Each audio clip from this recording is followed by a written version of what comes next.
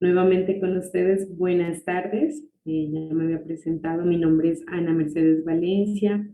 Vamos a tener conmigo los cursos de legislación educativa y políticas públicas y también el curso de evaluación. Entonces, esta tarde vamos a disponerla para eso. Vamos a iniciar entonces con legislación educativa. Bueno, entonces me permito presentarles a ustedes pues la pantalla para iniciar.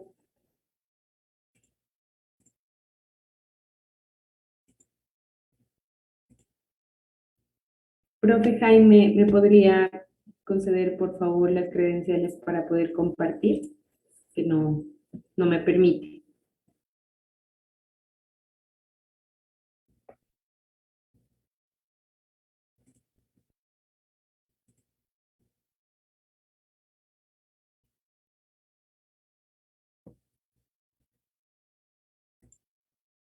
Profe Jaime o David, por favor, que me puedan colaborar. No me deja compartir pantalla.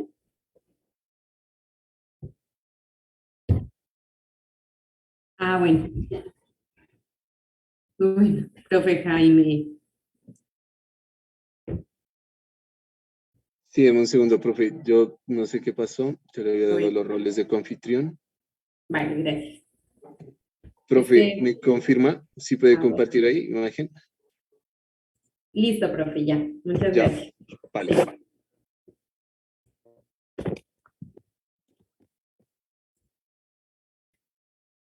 Entonces, vámonos por aquí.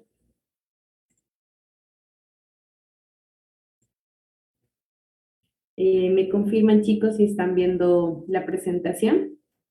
Por favor. Sí, profe. Sí, listo. Gracias. Bueno, entonces ustedes van a empezar a decirme, ¿a qué les suena esto de legislación educativa y políticas públicas? ¿A qué se refiere? ¿A qué les suena? ¿A qué lo relacionan esto de la legislación educativa y las políticas públicas?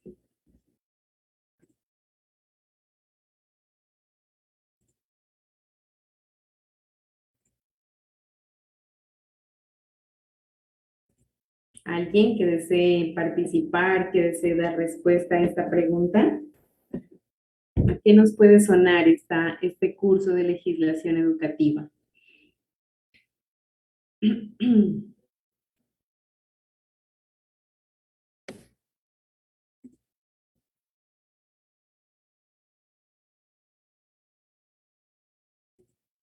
Bueno, entonces, vamos a iniciar. Este curso, entonces,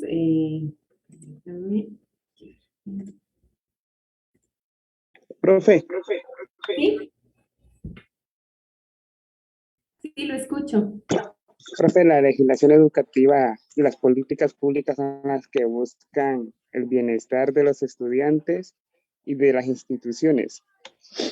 Exacto. Lo que busca, de alguna manera, darle una solución, ¿no? A unas necesidades que hay, a unos conflictos que suelen presentarse. Entonces, para eso se crean las políticas públicas, para que esas leyes también que a nosotros nos rigen en todos los aspectos, también sean quienes orienten, quienes vigilen, quienes controlen esas políticas públicas que se crean para de alguna manera solventar las necesidades de las personas, ¿sí? Entonces, la legislación educativa, en este caso, nosotros lo vamos a ver en el territorio colombiano, ¿sí? Y después iremos ya especificando un poco más en los territorios étnicos a los que pertenecen nuestros territorios, ¿sí? Entonces, ¿cómo está compuesto este curso, queridos estudiantes? Lo conforma 3 unidades a este curso, ¿sí? La primera unidad, como podemos ver, es el diagnóstico, es como un chequeo que nosotros vamos a ver acerca del sistema educativo colombiano y su legislación. Entonces aquí se menciona el diagnóstico de la situación actual de la educación en Colombia, la ley 115 de 1994 el decreto 1860 de 1994 y algunos estándares básicos de competencias que nosotros tenemos en lenguaje, matemáticas, ciencias y ciudadanas. Tenemos en la unidad número 2 la educación propia en Colombia, los aspectos legislativos y normativos. Entonces aquí ya especificando un poco, se adentra más en los decretos que han sido creados para nuestras comunidades, para nuestros territorios, ¿sí? Como es el decreto 804 de 1995, el decreto 1122 de 1998, la etnoeducación en Colombia, la legislación educativa propia. ¿Sí? Entonces, algo de esto nosotros ya nos hemos permeado, ¿sí? Que es, por ejemplo, el anterior periodo, ustedes vieron la Cátedra de Estudios Afrocolombianos, ¿sí? Este es un decreto que hace parte de esas leyes, de esas normativas que estandarizan, pues, de alguna forma la educación en Colombia, ¿sí? Y que los adentra también a la educación estándar, a la educación que tienen pues el Ministerio de Educación a las comunidades afro y con ellas indígenas también de nuestro territorio colombiano. ¿Sí? Entonces, miren, después tenemos la etnoeducación en Colombia y la legislación educativa propia, entonces de cada territorio que ya se ha ido creando, pero que ha sido conseguida después de tantas luchas, ¿no? Después de que se han presentado una cantidad de pronto descontextos que no van con nuestros territorios, esa educación que de pronto en un inicio solamente se remitía a crear unas leyes, a crear unas normas y a obedecer, ¿sí? Entonces, de eso se trata ya entonces la Cátedra de Estudios, que también ha ayudado con esto para especificar un punto más sobre la cosmología, la cosmovisión que es de cada territorio.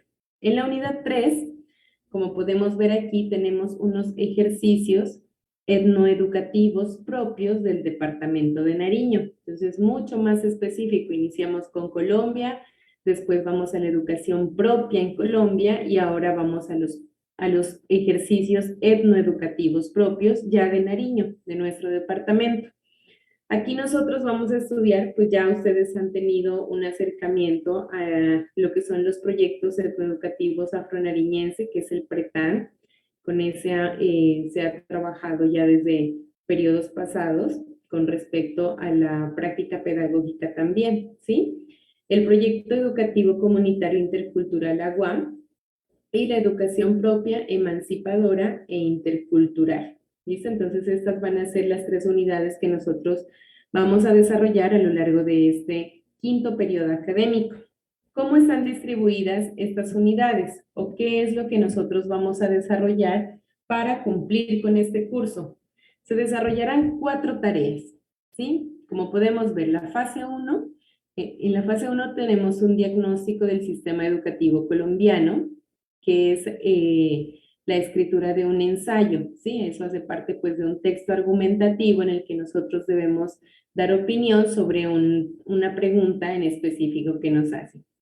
La fase 2, la estructura organizativa y legislativa del sistema educativo colombiano, en el cual nosotros vamos a hacer ya sea un mapa conceptual, mapa mental, infografías, lo que sea necesario para estructurar de forma organizada esa legislación del sistema educativo colombiano. En la fase número 3 tenemos la legislación educativa desde las comunidades étnicas en Colombia. Con esto nosotros vamos a tener una matriz de acuerdo a los documentos que vamos a ir leyendo y vamos a ir implementando en este curso para después estructurar o hacer una matriz analizando cuáles son las características que se puede tener de los diferentes documentos o archivos que vamos a estudiar. Y en la fase 4 tenemos ya el panorama de la legislación educativa afro e indígena de Nariño. Allí nosotros tenemos una presentación interactiva o dinámica, pero lo que les explicaba también ya el profe Jaime es que vamos a evaluarlo de manera integrada, ¿sí? Entonces nosotros vamos a cumplir con la fase 1, 2 y 3, y la 4 la vamos a desarrollar de manera integrada, evaluando todos los cursos, menos evaluación, porque pues ya más adelante voy a explicarles lo de evaluación. En esa sí tenemos que cumplir nosotros unos formatos establecidos desde a nivel nacional que nos los van a revisar, a estar revisando pues permanentemente. Entonces ese curso sí no va a estar dentro de esa última actividad, pero legislación educativa sí, porque tiene pues toda la relación. Bueno, entonces quisiera saber si hasta aquí tienen alguna pregunta ustedes.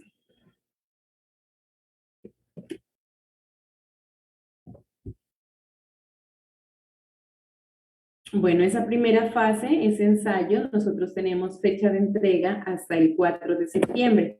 Sin embargo, pues se ha determinado que se espere una semana más porque pues apenas hoy tenemos nuestro primer encuentro. Sin embargo, cualquier duda, vamos a estar pues ya en los CIPAS, en los que podemos resolver esas dudas y podemos ya ir entregando las actividades a su tiempo. Bueno, entonces por esta vez, ya que pues tenemos hoy ya nuestra tutoría, podemos demorarnos la semana que viene todavía para entregarlo. Sin embargo, quien ya haya entregado, porque ya hay varios que han entregado, puede hacerlo. Bueno, listo. Entonces, hasta aquí, ¿hay alguna pregunta o vamos todo organizadito y claro? Ustedes me dirán para continuar o si hay alguna pregunta la vamos resolviendo.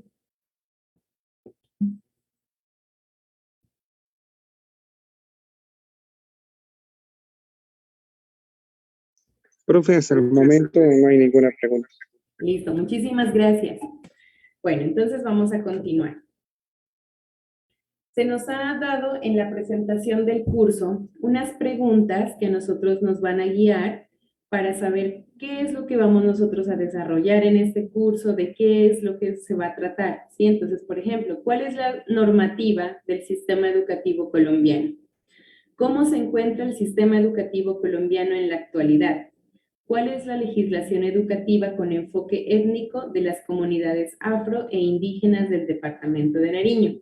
Son preguntas que nos van a dar a nosotros las bases, esto es muy importante, nos van a dar las bases a nosotros para ir construyendo nuestro marco legal de nuestro trabajo de grado. Ustedes saben que ya desde el momento vamos a iniciar con esa escritura del trabajo para que después ya no se nos acumule todo, ¿sí? Entonces, este curso lo vamos a utilizar para esto. Entonces, si ustedes ya tienen estructurado de alguna forma su trabajo, es bien importante que si tenemos algunas dudas de marcos legales, de lo que nos va a sustentar todo ese trabajo, lo preguntemos, lo hagamos, lo estudiemos en este curso. Es bien, podríamos aprovecharlo para eso. ¿Listo? Entonces, voy a presentarles aquí un video que yo les compartí para que lo analicemos. Perdónenme un momento. Para que lo analicemos y podamos darle respuesta a esas preguntas que se nos hacen. A ver.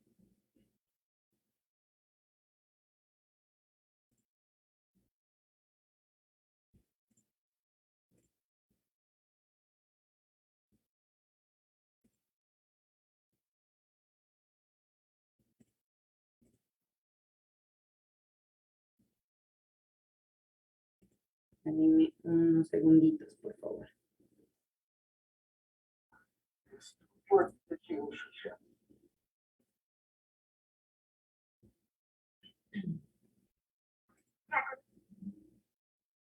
Entonces, los alineadores invisibles mudos, los mudos alinean tus dientes en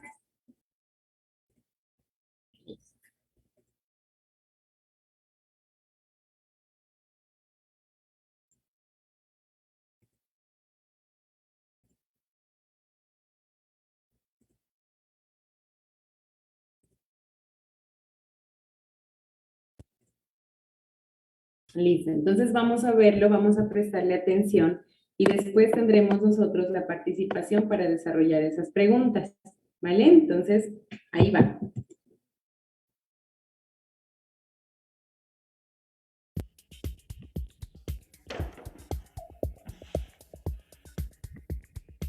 A nivel mundial,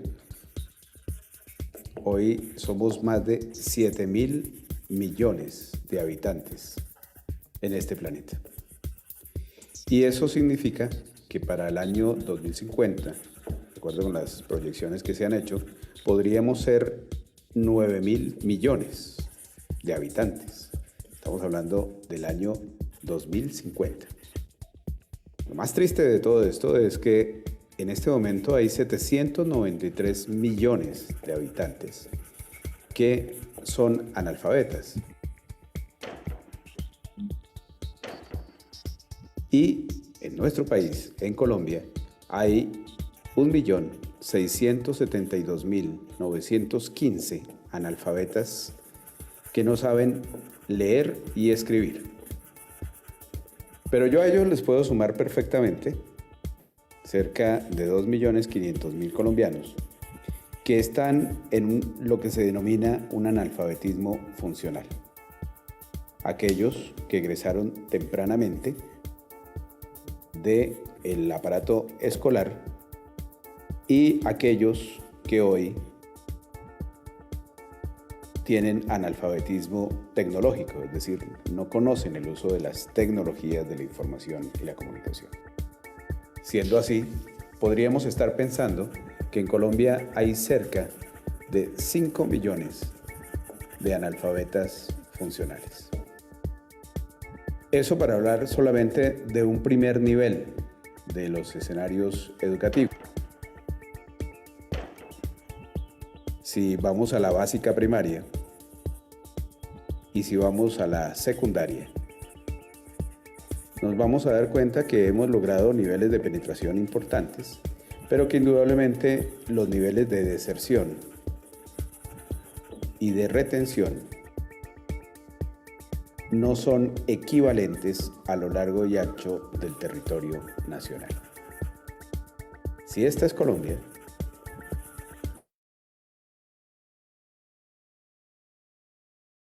esta Colombia en términos de educación resulta inequitativa. No solamente por la oportunidad de ingreso, porque podemos decir que es alto ese nivel de ingreso, sino por la oportunidad de permanencia. Y sobre todo en la Colombia rural. Una Colombia a la que poco se le ha ofrecido en términos de reales oportunidades educativas durante los últimos 50 años. Estos antecedentes nos llevan a entender que en Colombia se gradúan cerca de 700.000 colombianos como bachilleres anualmente. 700.000 bachilleres. Y de ellos, tan solo 210.000 tienen la posibilidad de acceder de manera directa a la educación superior. Lo que diríamos, con el SENA, que de cada 50 bachilleres, la mitad ingresan. Pero si no lo contáramos, de cada 100 bachilleres, tan solo estarían ingresando 31 de ellos, es decir, se estarían quedando por fuera 69 bachilleres de ingresar a la educación superior. En Colombia, para hablar solamente de la educación pública, superior pública, existen 32 universidades públicas. De estas universidades públicas, la mayoría de las personas, bachilleres que acceden, pertenecen a los estratos 3, 4 y 5, con contadas excepciones de un número reducido de colombianos que pueden acceder a este tipo de universidades, básicamente por una razón: el examen de ingreso. Ese examen de ingreso en los colombianos procura que hayan unos resultados de las pruebas de estado, que aquí las desarrolla el Instituto Colombiano para el Fomento de la Educación Superior, ICFES, sobre unos puntajes preestablecidos. Los colegios privados tienen una mayor preponderancia en esos resultados, lo cual significa que a las universidades públicas ingresan un alto porcentaje de los estudiantes provenientes de los estratos socioeconómicos 4, 5 y con algún nivel de el 3. Los estudiantes provenientes de estratos 1, 2 y 3 realmente no tienen una oportunidad educativa definida dentro de este sistema. Allí es cuando viene la gran preocupación. ¿Qué tipo de educación debemos de darle a los colombianos de los más bajos niveles socioeconómicos para poder generar en ellos una posibilidad de permanencia y de acceso que sean continuos en el tiempo? Esto hace que exista una universidad como la nuestra, la UNAD. Una universidad con un alto nivel de responsabilidad social, pero que además trabaja de manera sustancial por una educación pertinente y una educación de calidad.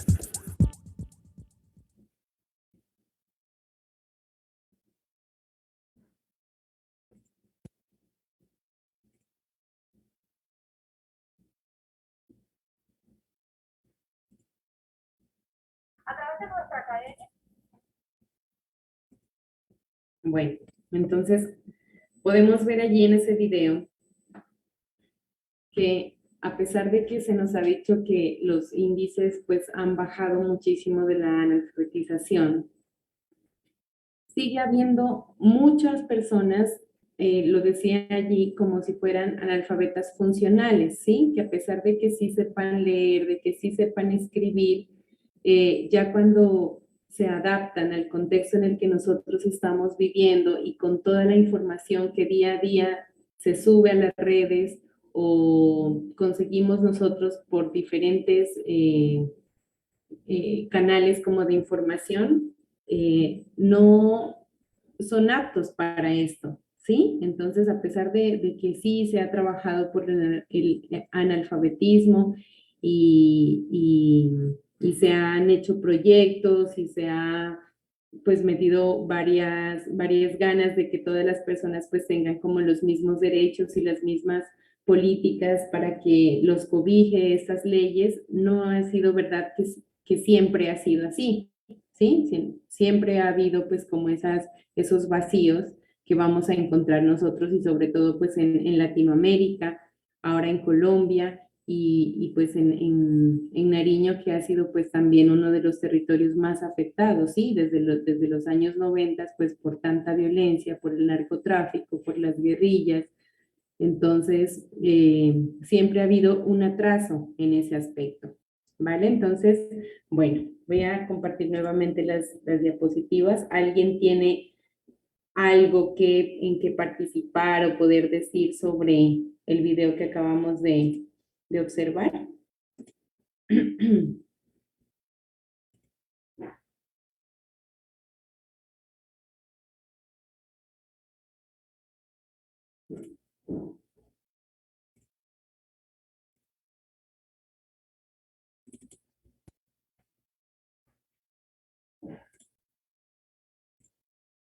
Listo.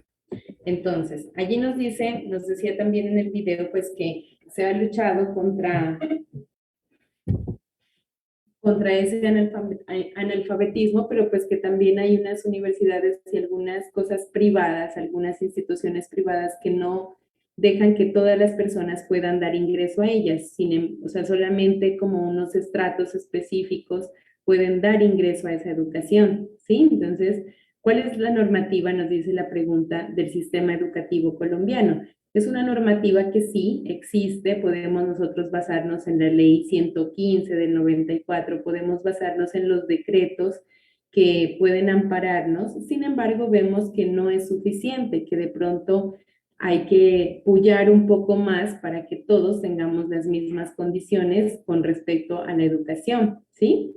Luego dice, ¿cómo se encuentra el sistema educativo colombiano en la actualidad? ¿Cómo creemos nosotros que se encuentra ese sistema educativo colombiano si nosotros lo vemos desde nuestra parte territorial? ¿Cómo lo ven ustedes ese sistema educativo colombiano? Quisiera escucharlos, quisiera pues que aprender también de ustedes, que me cuenten cómo funciona toda esta parte de la educación en el territorio en el que habitan, para así también empaparnos todos y entendernos y comprendernos. ¿Qué piensan ustedes que cómo se encuentra ese sistema educativo colombiano ahorita, en este momento?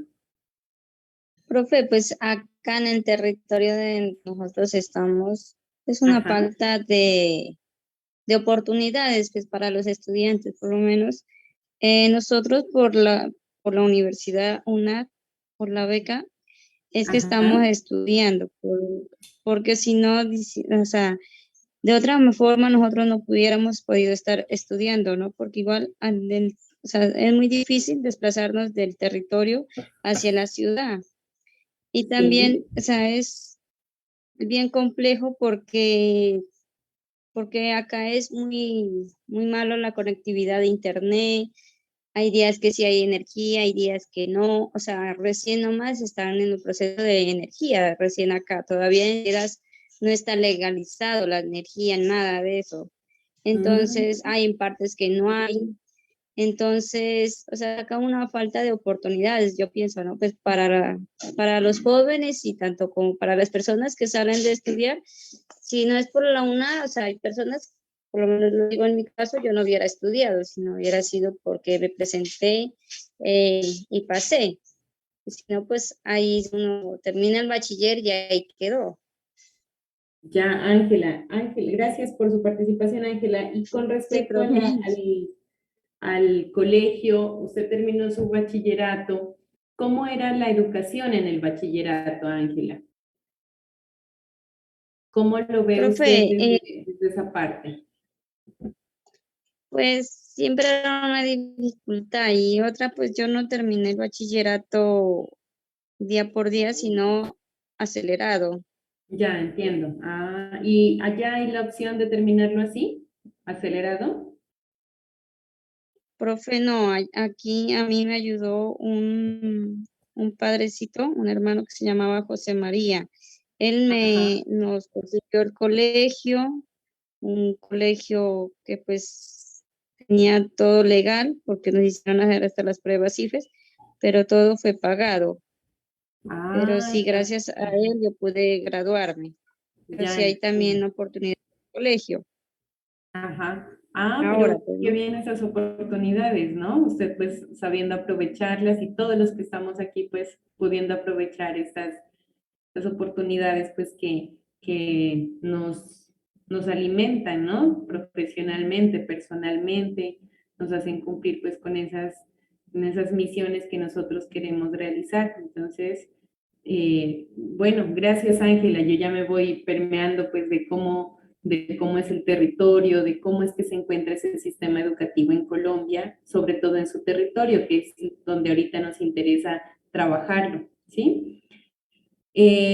Tercera pregunta, dice, ¿cuál es la legislación educativa con enfoque étnico de las comunidades afro e indígenas del departamento de Nariño? Hay varias legislaciones educativas, ¿no? Nosotros tenemos sobre todo pues ahorita la ley, que es en la que nos amparamos siempre, la ley 70 del 93, pero así también hay algunos decretos que ahorita los vamos a ir viendo. Bueno, entonces voy a continuar. ¿Qué son las leyes y qué son las políticas públicas? ¿Sí? Las políticas públicas siempre se van a crear para resolver unas necesidades que se van presentando en la sociedad. ¿Sí? Entonces, por ejemplo, el hecho de que nosotros tengamos un documento propio que se llama PRETAN, que estudia específicamente de cómo puede ser la educación en esta comunidad afro, es una política pública, porque no podemos y no se, o sea, no se podría nunca como relacionarlo o decir que se trata de lo mismo, la educación estandarizada que nosotros hemos recibido en las instituciones educativas, que partir de lo que es nuestro, ¿cierto? De lo que trae todo nuestro bagaje, de lo que traen todos nuestros ancestros, toda nuestra tradición oral. Entonces eso hace algo propio, ¿sí? Eso se crea a partir de una necesidad de mostrar esa cosmovisión espiritual, esa cosmovisión de convivencia de las comunidades, ¿sí? ¿Y qué pasa con las leyes? Las leyes siempre lo que van a hacer es proteger, es controlar, es cuidar que esas políticas públicas se cumplan a cabalidad, ¿sí? Si se crean, si ya se decretan y se dice que de alguna forma van a funcionar, esas leyes lo que hacen es controlar que eso sí funcione, ¿listo? Entonces, por eso legislación y por eso también políticas públicas, ¿sí? Entonces, una cubre a la otra, pero pues tampoco las políticas públicas no podrían mantenerse solamente solitas, tendría algo que las controle, tiene algo que ver que sí se den cuenta que sí están funcionando, ¿listo? Entonces siempre van a ir de la mano ellas. Por ejemplo, en las leyes, pues ustedes saben que las leyes nacen también de la naturaleza, ¿sí? Una ley natural es pues que su bebé sea amamante, por ejemplo, de su madre. Todas las leyes que nosotros vamos aprendiendo, lo que decía, por ejemplo, el profesor Jaime, me parecía bien interesante con respecto a la primera formación que uno tiene, ¿sí? Que no es académica, no es de una institución que ya se creó después, sino de una institución propia en la que uno nace, que es la familia, ¿sí? Entonces esas leyes también se van creando dentro de una familia, se van forjando, a un niño se le enseña qué sí está bien, qué no está bien, y a partir de eso, pues ya se crean las leyes también que son institucionalizadas. Bueno, entonces, vamos a adentrarnos un poco más en lo que es ya la educación en nuestros territorios. Bueno, nosotros sabíamos desde el anterior periodo, pues puede ser que desde antes también, con la Cátedra de Estudios Afrocolombianos, aprendimos que nosotros o nuestras comunidades o nuestros territorios tuvieron, por ejemplo, los afro, tuvieron todo esto de una legislación educativa mucho después de lo que ya existía, ¿sí? Entonces se define pues en 1991 con la Constitución Política que ya se crean unas leyes que los respaldan, que los ampara, que les da toda la participación en todas las reuniones, que les da ya su propia forma de educarse, que es la etnoeducación, ¿sí? Pero antes de eso, pues se supone, desde algunos archivos que hay, que desde 1988 ya había un servicio educativo en las poblaciones del Pacífico, por ejemplo, en Tumaco, en Barbacoas, en Mosquera, en Salahonda, en Buenaventura, en el Chocó, ¿sí? Se supone que ya había un servicio educativo en las poblaciones del Pacífico. ¿Por qué? Porque es a partir de la Ley 2 del 21 de mayo de 1851 que ya la libertad de esclavos hace que se dispersen, ¿no? Por muchos territorios, que ya tengan esa libertad, pues especialmente en el suroccidente del país, ¿no? Que es donde ellos llegaron. Y también buscaron lo más alejado posible de las autoridades, sí, de lo que ya estaba estandarizado. Entonces, nos decían pues allí que lo más probable es que esa educación que se habla allí desde 1988 solo se dirigía como a unas pequeñas élites, pero blancas, ¿sí? No afro, de esos poblados, que eran herederos, que eran hijos de hacendados, que eran recientes dueños de enclaves mineros. Entonces, a partir de allí, de 1851, pues ya se crea esa ley sobre la libertad de esclavos, y es en 1988 cuando se empieza a hablar ya en los documentos de que sí había un servicio educativo en estas poblaciones del Pacífico, ¿sí? Pero también, también se habla de cómo era como, pues el racismo aún se les dio como la posibilidad de estudiar a las niñas en el Chocó, en Quibdó, pero solamente las niñas podían estudiar hasta la primaria, ¿sí? Solamente hasta la primaria, y todo estaba organizado para que ellas solamente estuvieran hasta la primaria, para que se quedaran como sirvientas de los blancos Ya cuando pasaban, por ejemplo, se terminaban el quinto de primaria, ellas ya iban directamente a las casas de los blancos para seguir con esa, digámoslo así, con esa esclavitud, ¿sí? De servicio, y todo estaba solucionado así. Entonces no se puede hablar de que ya había un servicio educativo como tal, pero sí se dice que fue desde esos años que ya iniciaron ellos en esos aspectos, ¿sí? Por estas épocas llega una persona llamada Agustín Codazzi, que él quiere como de alguna manera como ridiculizar a los afro, diciéndoles pues que eso deberían hacer ellos, que a ellos no se les podía dar libertad ni nada de que pudieran vivir solos porque no lo podían hacer, ¿sí? Él siempre decía, voy a permitirme leerles a ustedes algo que dice: genios perversos o malintencionados han infundido a esta gente tosca e ignorante la idea de que no deben trabajar para los blancos y de que las tierras de estos se deben repartir entre ellos. Si Barbacoa desea progresar, no debe hacerse ilusiones esperando su porvenir de los extranjeros, ni de los vapores o de los canales. Entonces, ¿qué quiere decir esto? Había una percepción del Estado sobre estos pueblos negros que era muy poco probable, ¿no? Que la educación se impartía para todas las comunidades. Eso quería decir que no era para todos, sino solamente para algunas élites, como les decía. Sí, llega la Constitución Política de 1991 y toma a Colombia pues en una de sus decretos como Colombia como nación pluriétnica y multicultural. Allí en esa Constitución tenemos un artículo 55 que fue transitorio en su momento, que fue el resultado ya de que las comunidades empezaron pues como a irse contra el gobierno, ¿no? Buscando ya las necesidades, buscando ya sus derechos. Entonces dice, el cual reconoce las prácticas tradicionales, productivas, espirituales y de convivencia afro. Entonces eso es lo que se hace. Conocer ya la visión del mundo afro, como la filosofía, como la cultura relacional, como la espiritualidad,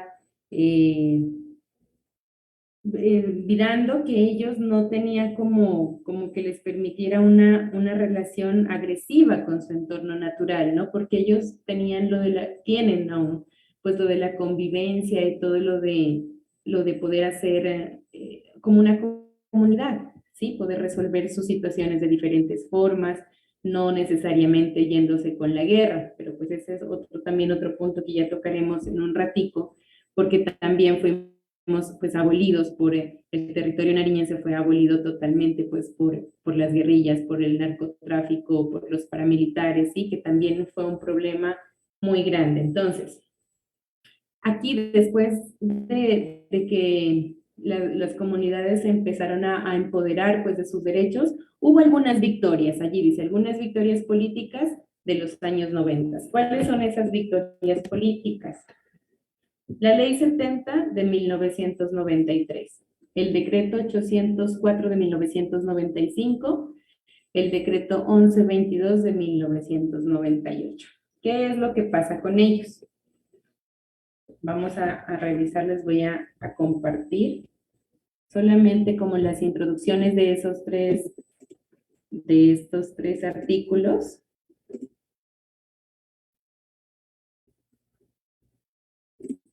Para que ustedes puedan ver qué es lo que los relaciona, ¿vale? Entonces, vamos primero con la ley. Aquí está.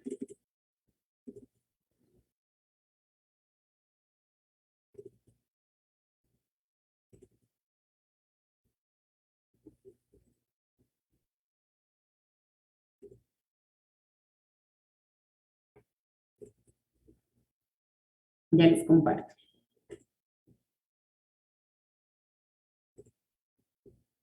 Ustedes me dicen si están viendo ahorita esto, ¿Están viendo la Ley 70 de 1993 o las diapositivas? Las diapositivas, por favor. Ah, ya, denme un momentico, por favor. Entonces,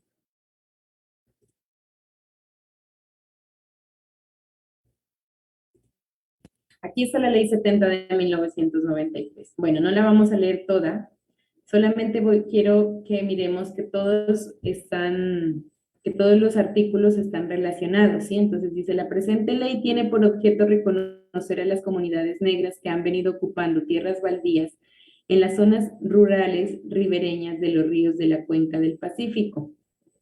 Entonces, en ese entonces, apenas en 1993, se reconocen a las comunidades negras, ¿sí? Luego dice, de acuerdo con sus prácticas tradicionales de producción, el derecho a la propiedad, porque ustedes saben que antes no se tenía ese derecho a la propiedad colectiva, de conformidad con lo dispuesto en los artículos siguientes. Asimismo, tienen como propósito establecer mecanismos para la protección de la identidad cultural y de los derechos de las comunidades negras de Colombia como grupo étnico y el fomento de su desarrollo económico y social con el fin de garantizar que estas comunidades obtengan condiciones reales de igualdad de oportunidades frente al resto de la sociedad colombiana. Surge esta ley, pero resulta que no es totalmente cierta, ¿sí?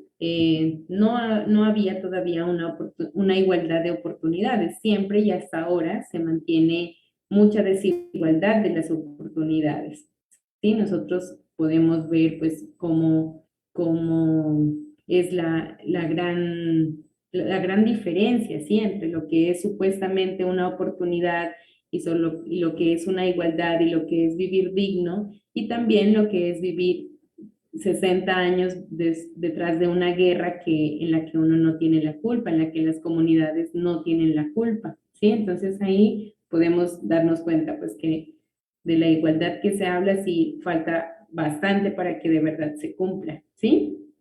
Entonces, bueno, aquí tenemos el artículo 2, bueno, tenemos...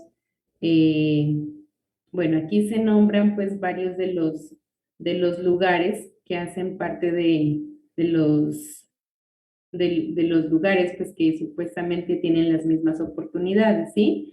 Allí están La Tola, Tapajis, Cuandé, bueno, todo lo que ustedes están observando. Las cuencas de los ríos Atrato, Acandí y Tolo, que pertenecen a las vertientes del Caribe, bueno, ese es mucho más por ahí arriba, situándonos en el mapa. En el artículo 3, la ley se fundamenta en algunos principios, como el reconocimiento y la protección de la diversidad étnica y cultural, el respeto a la integralidad y la dignidad de la vida, la participación de las comunidades en las decisiones que las afectan y las de toda la nación en pie de igualdad. Bueno, eso también podría ponerse pues en tela de juicio. La protección del medio ambiente, atendiendo a las relaciones establecidas por las comunidades negras de la naturaleza. Sabemos que eso pues siempre se va a ir con unos intereses muy específicos, ¿no? Tanto pues de las comunidades afro, de las comunidades indígenas, como también de los mestizos. Siempre va a haber unos intereses muy propios, muy específicos que no tienen participación todas las personas. Luego dice el reconocimiento del derecho a la propiedad colectiva. Bueno, también esto, lo de las tierras, porque antes no se podía tener tierras así uno tuviera pues para comprarlas, porque no tenía el derecho. Y así nosotros podemos ver de qué es que se trata esta ley 70 del 93. Es varias cosas que tal vez sí estén cumpliéndose, pero también muchas otras que no, ¿cierto? Entonces, había una preocupación, pues, ¿no? En ese entonces de la iglesia, que no se trataba como de preocuparse por la ausencia de escuelas, ¿sí? Solamente era como que miraban a las comunidades afro como con una vida como salvaje que tuvieran, ¿sí? Y que no acataban unas reglas, pero eso no se llama educación, sino eso es como una dictadura pues que se llega y dicen que no acatan las reglas de la iglesia y punto, ¿sí? Entonces, ¿qué clase de educación se estaba revisando? ¿Qué clase de educación se estaba desarrollando en ese entonces? Con esta ley del 93 también nace el decreto 804 del 95, ¿sí? Por eso les decía que habían algunas victorias que se lograron en los años 90. Entonces, el decreto 804 también. ¿Qué nos dice? Establece que la educación es un proceso de formación permanente, personal, cultural y social que se centra en una concepción integral de la persona humana, de su dignidad, de sus derechos y de sus deberes. Entonces, miren que van apareciendo muchas semejanzas, ¿no?, entre los documentos. La educación para grupos étnicos hace parte del servicio público educativo y se sustenta en un compromiso de elaboración colectiva, donde los distintos miembros de la comunidad en general intercambian saberes y vivencias con miras a mantener, recrear y desarrollar un proyecto global de vida de acuerdo con su cultura, su lengua, sus tradiciones y sus fueros propios y autóctonos.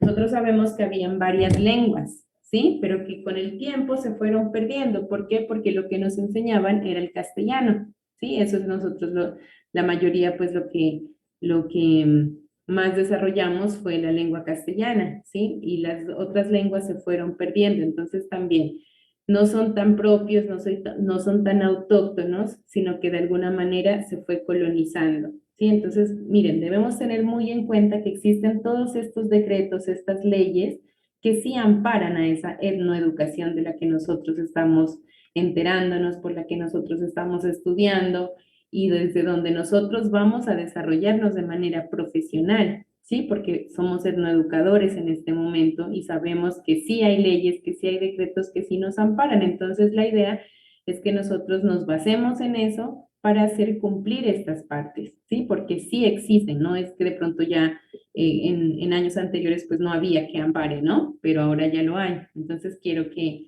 lo tengan en cuenta. Yo les puedo pues compartir todos estos archivos, sin embargo, pues ustedes ya tendrán también acceso de acuerdo a sus sílabus y a sus módulos, ¿sí? Para que tengan ese conocimiento.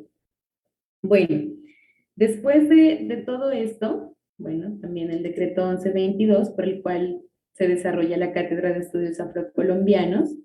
Este ya es del 98, entonces miren, tenemos la ley 70 del 93, tenemos el decreto 804 del 95 y tenemos el decreto 1122 del 98, que también hace parte, pues la Cátedra de Estudios, ya lo vieron ustedes desde el anterior periodo, basada toda en la ley 70, establece mecanismos para la protección de la identidad cultural y de los derechos de las comunidades negras de Colombia como grupo étnico, con el fin de garantizarles condiciones reales de igualdad de oportunidades, ¿sí? Entonces, la idea es que nosotros sepamos que estas leyes sí están allí, ya están escritas después de muchas luchas que se ha tenido, existen, se lograron varias victorias, y se siguen, ¿no? Y se sigue peleando, pues por eso se sigue insistiendo en los derechos de las comunidades.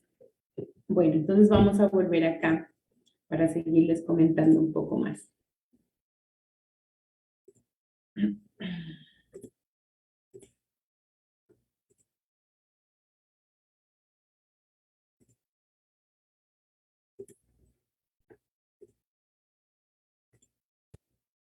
Listo, entonces la ley 70, la educación propia para los pueblos étnicos, el decreto 804 orienta a las autoridades étnicas en los territorios para su intervención en la educación. Es decir, que de acuerdo a este decreto, ya las comunidades tenían participación en esa educación para formar su propia educación con su identidad, ¿sí? El decreto 1122, pues ya que hace parte de la Cátedra de Estudios Afrocolombianos. Miremos qué más surge por este tiempo. En 1995 sucede algo muy importante, que son la realización de unos talleres y encuentros de maestros y líderes comunitarios, ¿sí? ¿Esto para qué? Para la creación de esa ley 70, no, para la creación no, perdón, sino como para estipular que eso sí se iba a tener en cuenta, ¿sí? Entonces ya inicia una serie de talleres allí en esas comunidades, en Tumaco, en Mosquera, también hay unos encuentros para que los maestros y líderes comunitarios ya encuentren y tengan ya como de crear su propia educación, que es la etnoeducación, ¿sí? En 1996, ¿qué pasa? Aparece la normal superior en Barbacoas.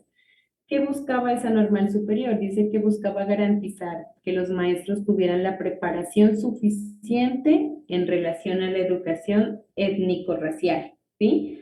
De alguna forma, ellos querían, pues ustedes saben que las normales, pues se forman los estudiantes para ser docentes, ¿sí? Ya salen siendo docentes. Entonces, la idea era que todos estos maestros sí tuvieran esa preparación suficiente, sí tuvieran los conocimientos para llamarlos también docentes étnicos raizales, ¿sí? Nace, pues con todo esto, pues nace un movimiento social afrocolombiano, eh, como integrado por varias organizaciones, ¿no? Negras o afros del país, artísticas, culturales, habían integrados por jóvenes, por mujeres, por todas las comunidades de base, ¿sí? Expresiones, colectivos de maestros y capas de intelectuales. Quienes siguen una ruta por unos pensadores y pensadoras afros, pioneros de esas ideas en estos años 90 también, ¿sí? Este movimiento que hace, pelea, enfrenta esos debates con estas instituciones para encontrar un lugar como población étnica en la Constitución de 1991. Entonces, todo surge en los 90 para también basándose en esa Constitución, ¿sí? Pues como les hablaba anteriormente, aparece un artículo que es transitorio, este de acá arriba, este artículo 55 que es el transitorio, pero ese fue un resultado, ¿sí? Fue un resultado porque lo que hacía este artículo era reconocer esas anales espirituales, productivas, porque ustedes saben que antes pues era, siempre se trabajaba pues con la tierra, ¿sí? Y de convivencia también de estas comunidades afro, como elementos que son muy esenciales y que demuestran que los territorios ocupan un lugar muy importante, ¿sí? Este movimiento social eh, tuvo que ver mucho con esa pedagogía que se va creando en la educación, ¿sí? La pedagogía afrocolombiana. Hubo experiencias muy importantes en distintos lugares del país. Desde esa década de los 80, pues venían pues como con oposición a esas políticas públicas de educación, ¿sí? La educación oficial, la educación estándar, pero ellos lo que hicieron, este movimiento fue luchar para que se alcanzara y se pudiera hablar ya de una educación, teniendo en cuenta toda su cosmovisión. ¿Sí? Entonces esa ley 70 del 93 que estábamos viendo aquí, se dedica a explicar eso, ¿no? La educación propia de estos pueblos. Ese decreto 804 también, porque orienta a las autoridades pues a intervenir en la educación. El decreto 1122 de la Cátedra de Estudios también hace parte de todo esto. Pues sin embargo, ustedes saben, no sé si lo dialogaron también en el anterior periodo, es muy nula, ¿no? Esa participación o se podría decir esa socialización de la Cátedra de Estudios Afrocolombianos, porque nosotros lo podemos ver en los estudiantes en la primaria, por ejemplo, o en la secundaria, que lo vemos como algo específico, como que, ay, no, hoy es el día de la afrocolombianidad y listo, se acaba lo demás. Sí, se sigue viendo ya que puntos cardinales, lo que son ciencias sociales, ¿no? Que cómo es la familia, que cómo es esto, pero siempre se lo ha visto como una línea, como como muy al límite, sí, porque tienen que verlo, pero no se ha profundizado. Hablen de que cuando ya estemos ejerciendo pues este papel, sea importante que lo asumamos en perspectiva, ¿no? Educación estandarizada. ¿Sí? Vamos por aquí. Entonces les cuento. Bueno, esas normales superiores aparecen.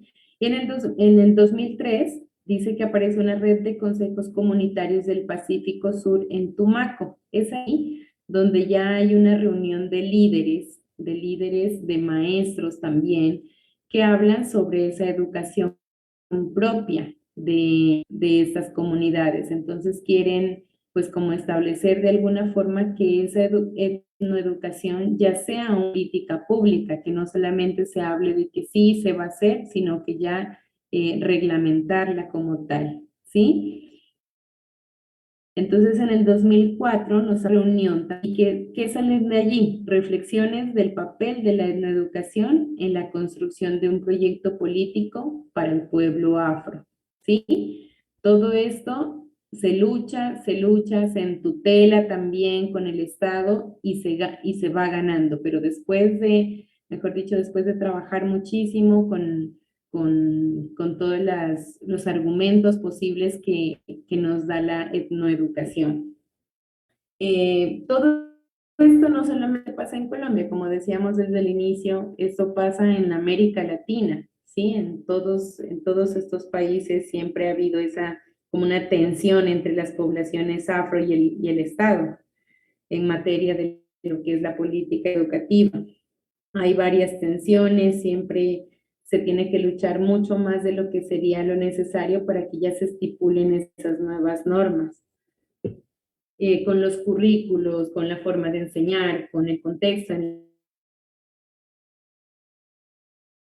el que se enseña, ¿sí? En todo este caso, pues tenemos que saber que no es posible, por ninguna de las formas, desconectar a un pueblo de una memoria colectiva que trae de todos sus ancestros, todo el bagaje, sin producir un vacío en sus determinaciones políticas, ¿sí? Siempre va a haber pues algo que falte, siempre va a quedar algo vacío que por más que se determine, se van a quitar cosas o el Estado acepta algunas cosas, pero con algunas condiciones más,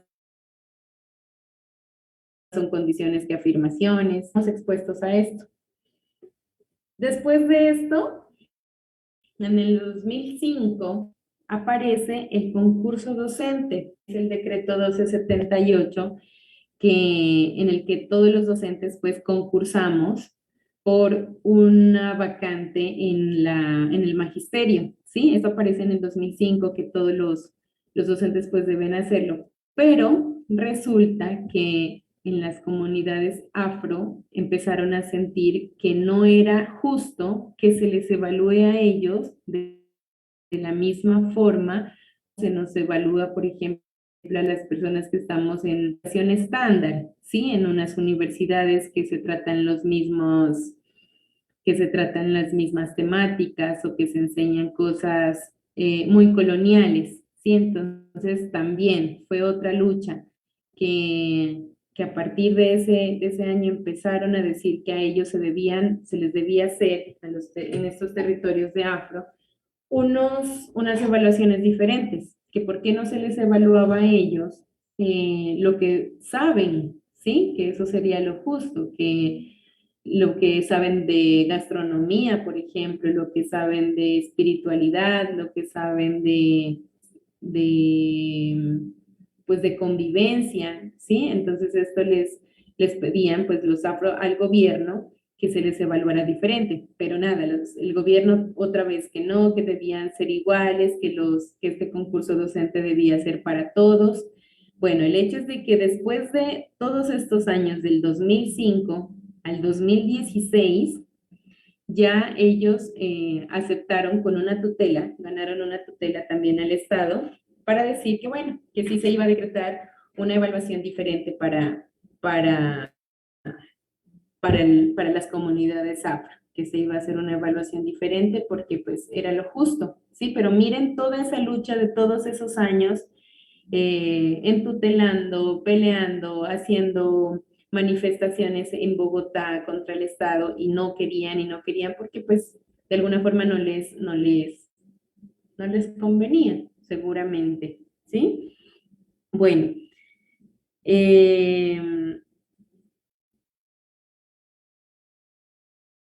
hay otra de las cosas que nosotros vemos es que no solamente pues es la gastronomía, ¿no? La que es como un aspecto bien, bien fuerte en estas comunidades, sino también las mineras, ¿sí?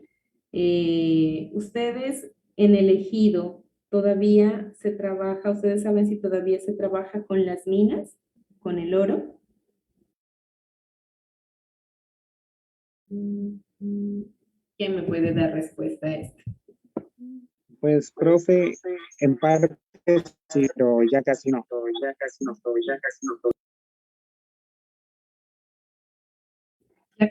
casi no. Ah, ya. Bueno, pero también hizo parte de esto, ¿no? De las minerías, bueno, en el Pacífico de la pesca, en la costa, los enclaves económicos, la madería también, que hacía parte de las plantaciones de palma, de aceite, todas estas posibilidades de vida, que son posibilidades de vida digna, ¿no? Estos pobladores, ya sean afros o indígenas, pero se fue en un momento reesclavizando, ¿sí? Se fue volviendo una colonización otra vez, muy permanente, ¿sí? Que además de la destrucción de bosques, de las empresas extractivistas externas, todo esto causó una contaminación, ¿no? De las fuentes de agua, pues todo lo de los desvíos de los ríos que facilitan el transporte de la madera. Todo esto pues no ha importado casi, por ejemplo, pues el anterior periodo que tuvimos la oportunidad de estar en el charco, también como nos contaban los estudiantes acerca de los manglares, cómo es muy fácil decir tal vez que deben quitar unas casas que están allí porque simplemente se van a llevar esa madera, ¿sí? Entonces, son cosas que sí, se han logrado bastantes, pero que también estamos muy a la expectativa de que sea justo para todos, ¿sí?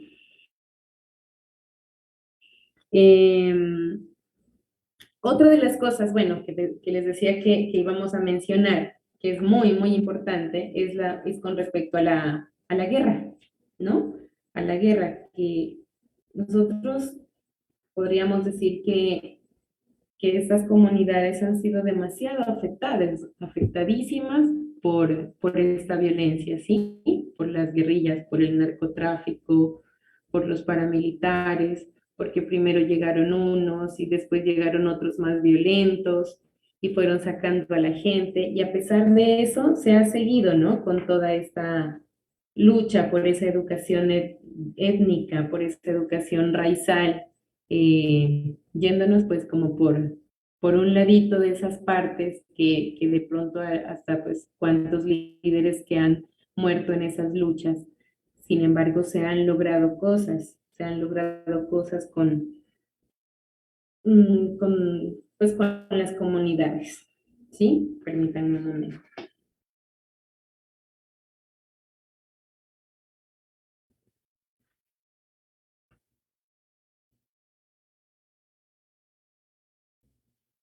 Bueno, entonces, así es como nosotros vamos viendo cómo esas leyes y cómo esas políticas públicas van apareciendo a lo largo de todo este tiempo, pues desde 1988 que se dice que ya había un servicio educativo, pero cómo hasta apenas en 2016 puede lograrse un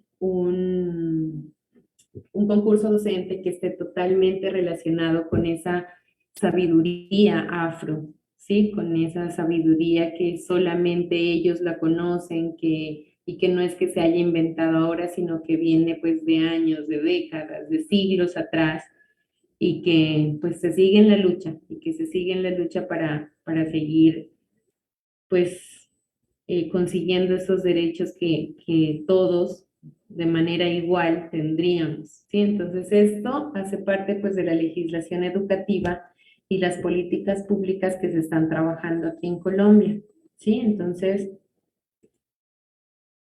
hay una pregunta que nosotros tenemos muy en cuenta para nuestra primera actividad, ¿sí? Para nuestra primera guía. Nos pide que redactemos nosotros un ensayo sobre cuál es la situación actual de la educación en Colombia, ¿sí? Entonces voy a presentarles un video muy cortico que también se los compartí para que ustedes lo revisen. Y ustedes me van a decir después de este video cuál es esa situación actual que nosotros tenemos. Denme un momentito.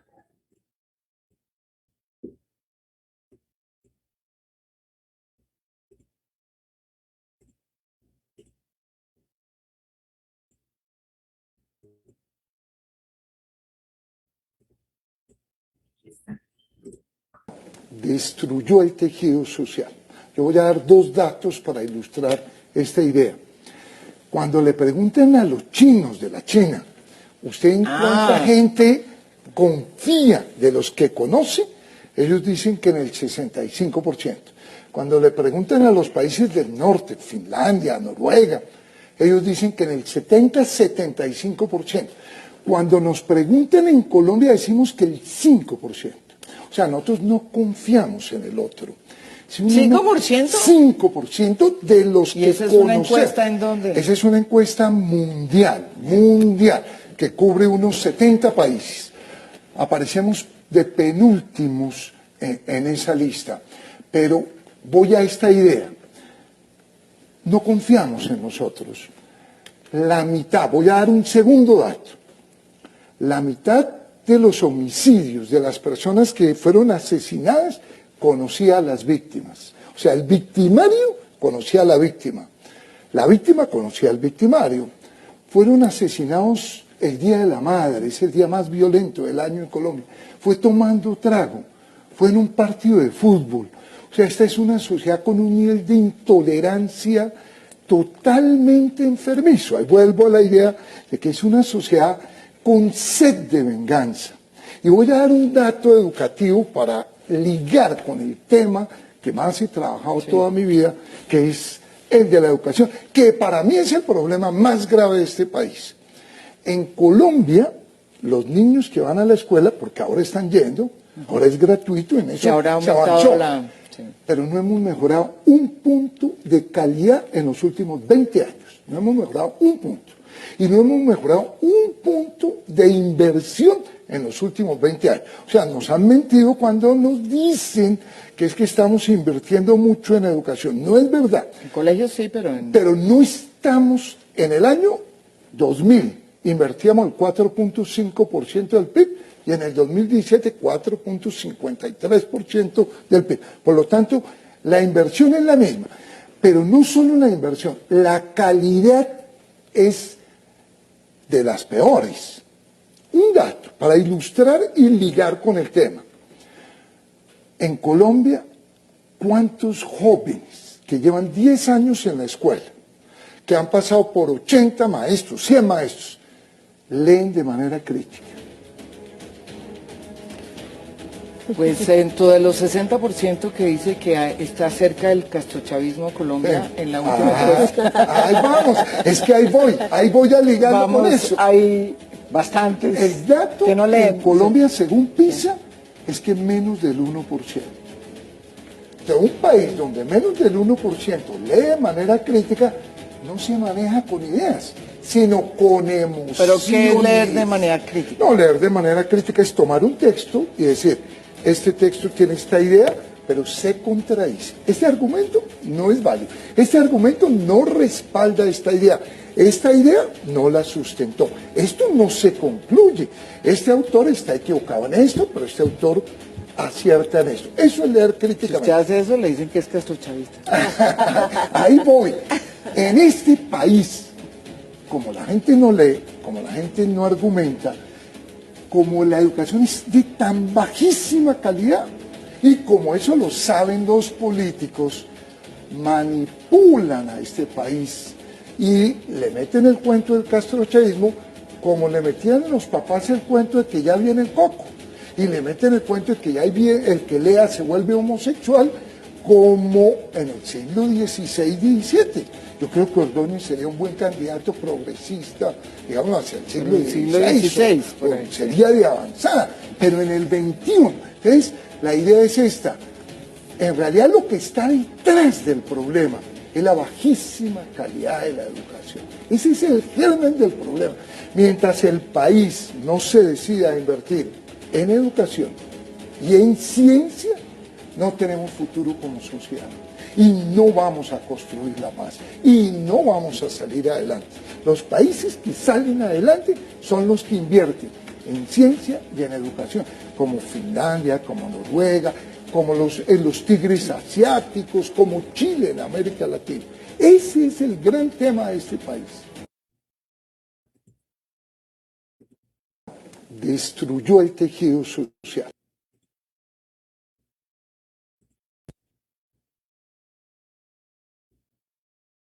Listo. Entonces, para la pregunta que teníamos aquí, ¿cómo ustedes ven esa situación actual de la educación en Colombia?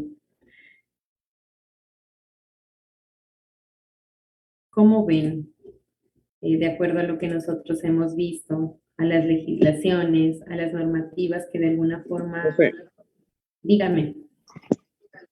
pues la educación en Colombia pues es bastante mala. Ajá. ¿Por qué? Pues yo creo que una de las problemáticas que tiene la educación en Colombia es a la hora de realizar las pruebas ICFES, que las hacen generales, no tienen en cuenta ni los grupos étnicos ni el contexto donde están las personas.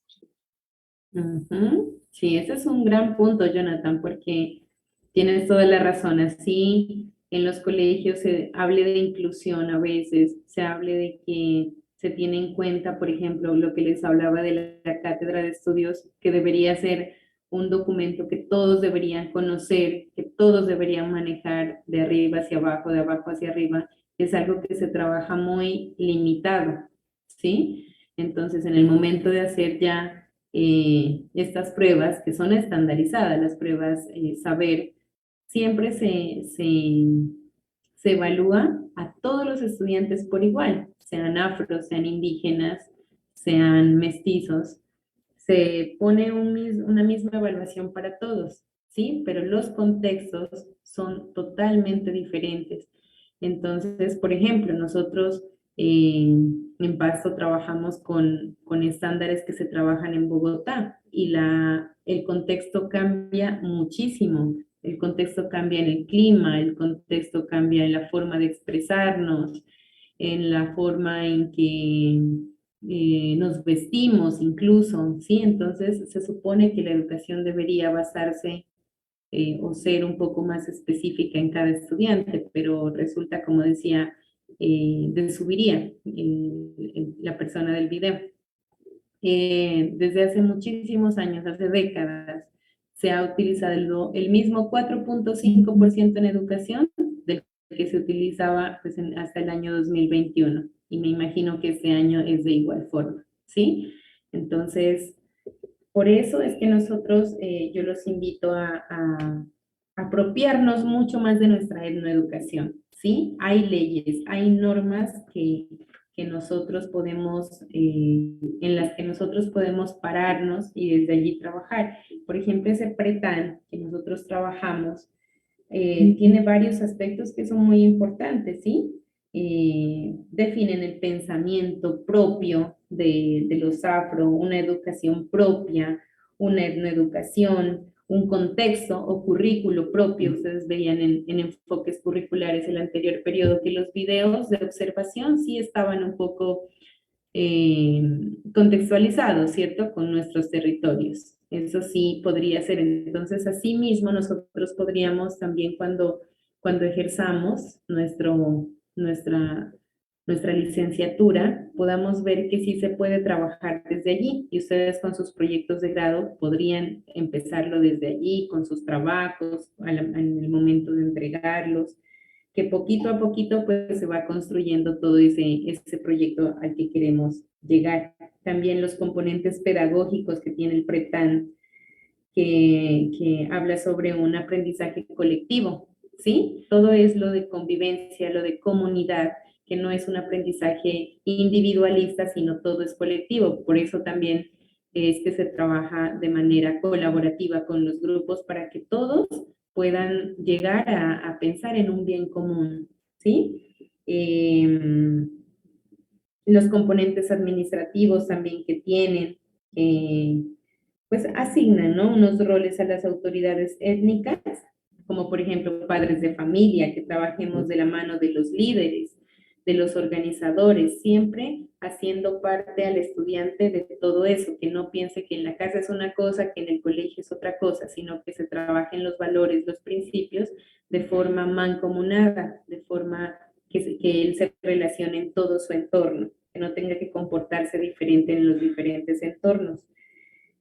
También un componente prospectivo de proyección, de a qué va dirigido, ¿sí? Todo esto nos lo da el PRETAN, ¿sí? Entonces apropiémonos de ese documento que a nosotros nos da como todas las claves y todos los puntos para pues enfrentar toda esta educación que estamos teniendo, toda esta licenciatura en etnoeducadores. Bueno, listo. Entonces, pues voy a terminar aquí con respecto al curso de legislación para que ustedes pues vayan teniendo ya toda esta información, la cual nosotros vamos a desglosar poco a poco en estos encuentros que vamos a tener, espero presenciales ya para poder trabajarlo mucho más personal y así es mejor todo, ¿cierto?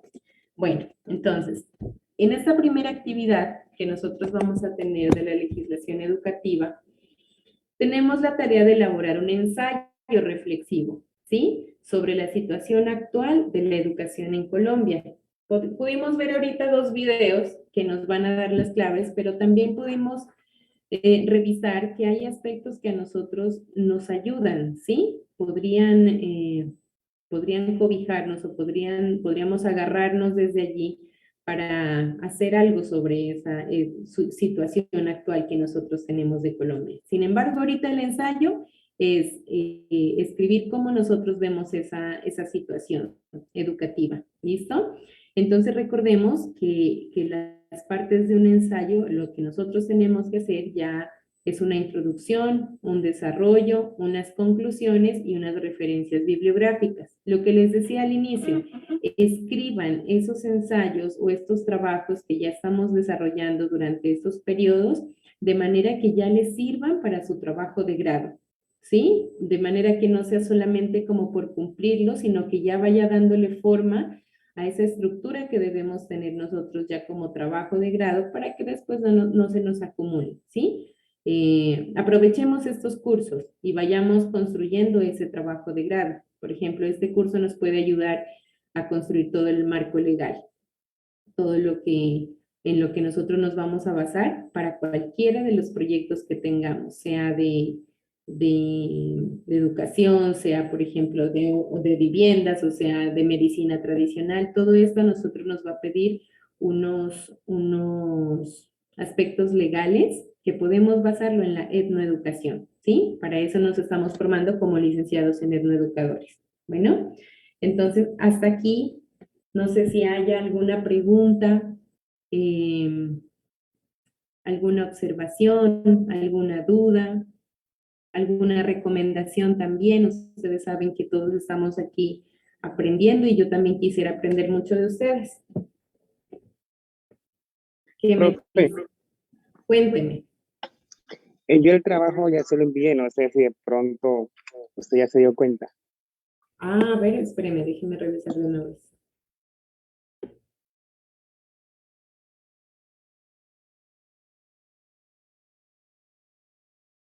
¿Cómo es su nombre? Espérame. Jonathan Valencia. A ver.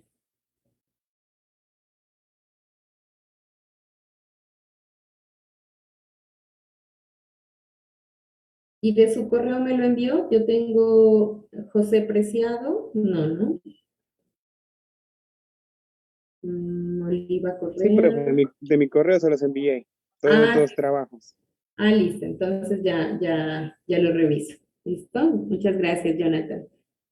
¿Alguien más? Si tienen alguna duda, recomendaciones, inquietudes, si pueden decirme qué pudimos nosotros ya aprender, por ejemplo, de hoy, qué pudimos conocer que de pronto desconocíamos. Cómo nosotros vamos a enfrentarnos de manera legal, de manera jurídica, ante algunas situaciones que se nos pueden presentar en las situaciones de la educación, de la etnoeducación. ¿Sí? Espero que todo esto nos vaya guiando, es como para que cuando nosotros tengamos una situación ya estemos en algún problema o en algún conflicto, sepamos que sí hay unas leyes que rigen, que sí hay unas leyes que nos protegen. ¿Listo? De eso depende, de eso también se trata, que nosotros vayamos conociendo toda esta normatividad, estas leyes, estas políticas públicas. Como les digo, el PRETAN es una política pública que ya está dentro de la normativa y que podemos agarrarnos de allí para poder seguir insistiendo en esta educación, en la importancia de las comunidades tanto indígenas como afro. Bueno. Entonces, bueno, voy a terminar aquí el curso de legislación porque lo de evaluación por hoy va a estar corto porque les cuento que aún no tenemos los formatos que vamos a llenar, ¿vale? Entonces voy a iniciar ahorita ya con evaluación